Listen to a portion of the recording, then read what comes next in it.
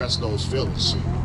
And so I said today I'm gonna make sure that we say it loud enough that everybody can hear us. These people's driving by, the people that sit there in these homes, and understand that it starts with love first. I love you. I love you. And it goes back to a quick story I'm gonna give you guys before we get started. My mom and I and my family, I grew up in a domestic violence home.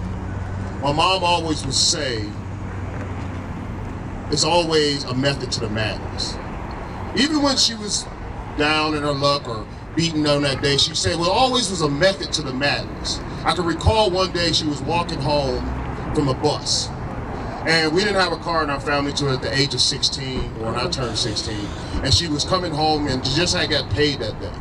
And when she walked home, someone had walked behind her and hit her in the back of the head with a crowbar. She came into the house bleeding. Myself and my little brother was standing there, and she was holding her head. And she kept repeating those words, it's a method to the madness. And as we're sitting there, and they come to find out eventually, the person who had mugged her and told her check was her husband. I eventually found her wallet and all the things that were stolen down in our basement. And when I went up and I ran upstairs and I took this to her, and she was sitting there on her bed, and I said, Mom, look what I found.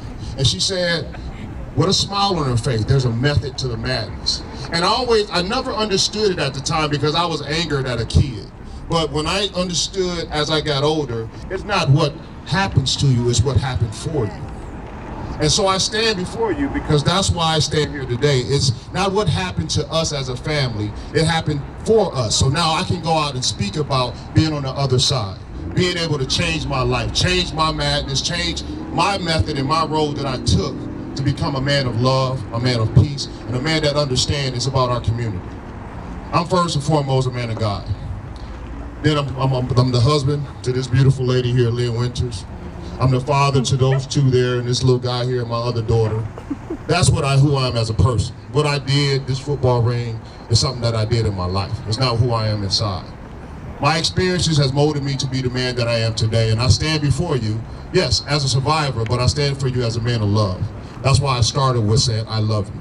I don't know anybody out here by name. I know you by name, but not personally. But I love you because I understand you want the same thing that I want out of life. We all want the same thing, eradicate this issue that we have today.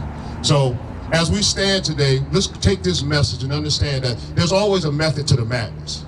You may not see it right now, as I didn't see it when I was 16 years old, but I see it even much more now. That's why I stand here. And I will continue to stand here and continue to speak and continue to tell my story because I understand that we never know who it is going through it.